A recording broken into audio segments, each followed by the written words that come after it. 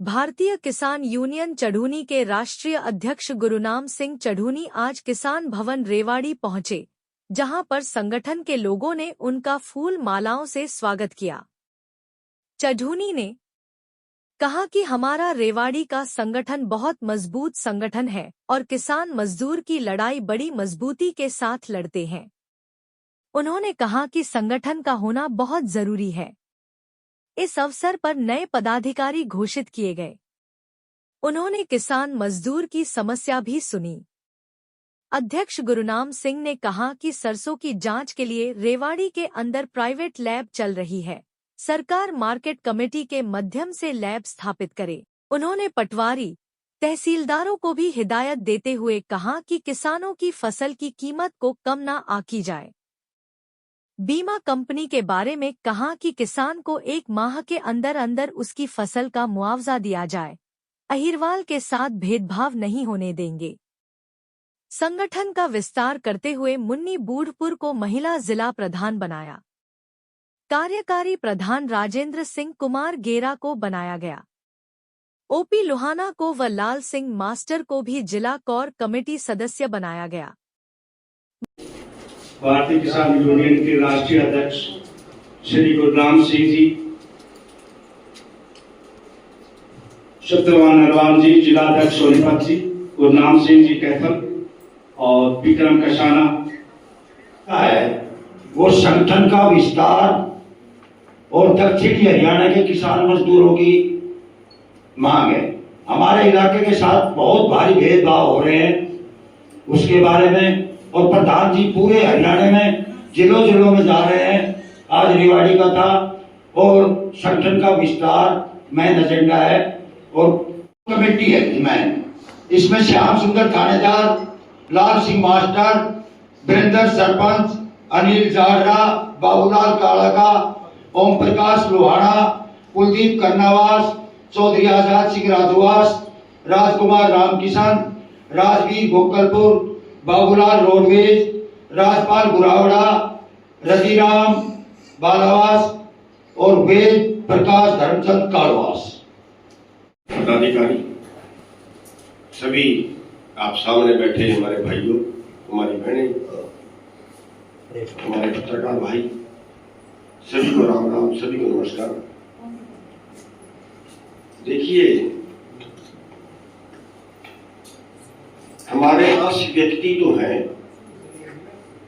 लेकिन सांगठनिक ढांचा जो है वो कमजोर है, जिसके कारण हमारे आंदोलन जो होने चाहिए वो बेतरतीबे आंदोलन हो रहे हैं। बेतरतीबे मैं इसलिए कहूंगा कि अब हम क्या करते हैं, हमारी कोई बात मंडी में नहीं मानी गई तो हम जाके सड़क रोकते हैं या कोई और ऐसा काम करते हैं जिसमें हमारे और पुलिस के बीच में टकराव भी होते हैं। अब उसमें 2 कारण होते हैं। एक तो हमारी संख्या कम होती है, ज्यादा संख्या हो तो बैठे बैठे की बात ही मालूम है। हम रेवाड़ी के अंदर है और ये हमारे जो है वो प्रधान है समय सिंह जी। तो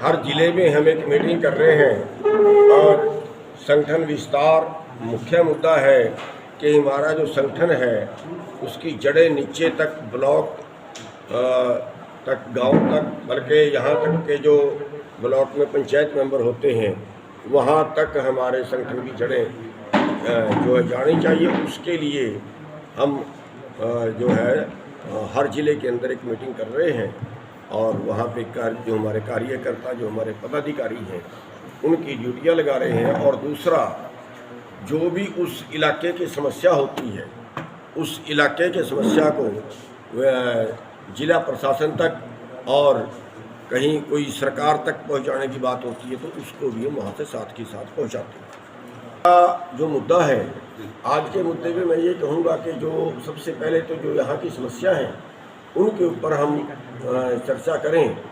तो यहाँ जो आज मीटिंग की गई है उसमें बीमा कंपनियों की बहुत सी शिकायत आई है कि वो सर्वे ठीक नहीं करते हैं और किसान को जो मुआवजा मिलना चाहिए उससे क्या है किसान वंचित रह जाता है। तो ये यहाँ की समस्या काफ़ी बड़ी है, सामने नहीं, वैसे तो ये पूरे देश की है, पूरे देश में ऐसी गड़बड़ियाँ करते हैं। और दूसरा, ये सरसों का इलाका है, तो अभी मेरे को पता चला है कि सरसों की लैब ही नहीं है मंडी के अंदर। तो ये सभी मंडियों के अंदर सरसों की लैब होनी चाहिए, और ये मार्केट कमेटी की होनी चाहिए। प्राइवेट जो लैब है, जो ऑयल मिल वाले हैं, उनकी लैब है, उस पर हमें क्या वो देते हैं, क्या नहीं देते हैं। तो लैब तो होनी ही चाहिए सभी मंडियों के अंदर। और जो बीमा कंपनियां हैं, वो कई साल तक बीमा नहीं देती हैं, उसकी भी जो है वो समस्या है, वो तुरंत 1 महीने के अंदर अंदर इसकी भरपाई करनी चाहिए। और दूसरा, जो यहाँ पे अभी हमने जो इनको कहा है, उसमें भूमिहीन किसान, उसमें जो गांव के सभी लोग हैं, जो हमारी औरतें हैं, उन सभी को भी हम आगे के लिए संगठन में जोड़ेंगे। और यहाँ की जो समस्या होगी, जो भी इलाके की समस्याएं हैं, जैसे मैंने कहा है, लैब की है या कम भाव की है या बीमे की है, वो सभी हम यहाँ के प्रशासन तक भी पहुँचाएँगे और यहाँ की सरकार तक भी पहुँचाएँगे।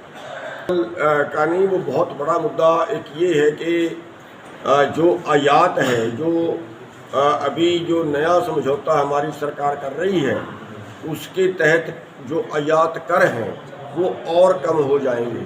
और आयात कर कम होने से जो बाहर से हमारे उत्पाद आते हैं, विदेशों से जो आयात होता है, वो और ज़्यादा होगा।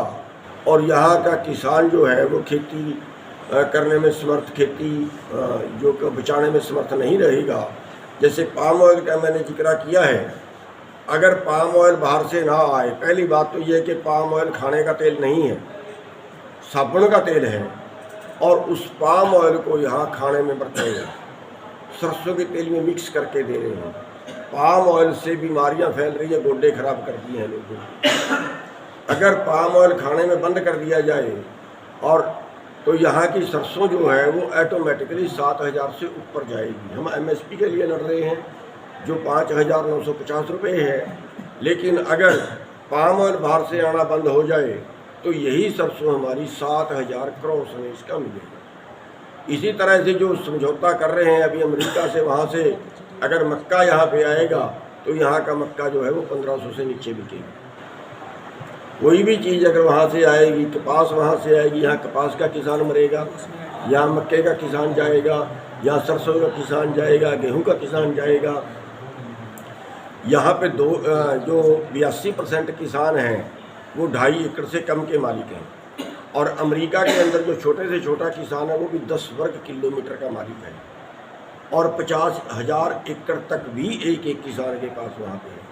वहाँ 3% लोग खेती में शामिल हैं, यहाँ अभी भी 60% लोग खेती पे निर्भर हैं। वहाँ की जो सब्सिडी है वो बहुत ज़्यादा है, यहाँ कुछ भी नहीं है।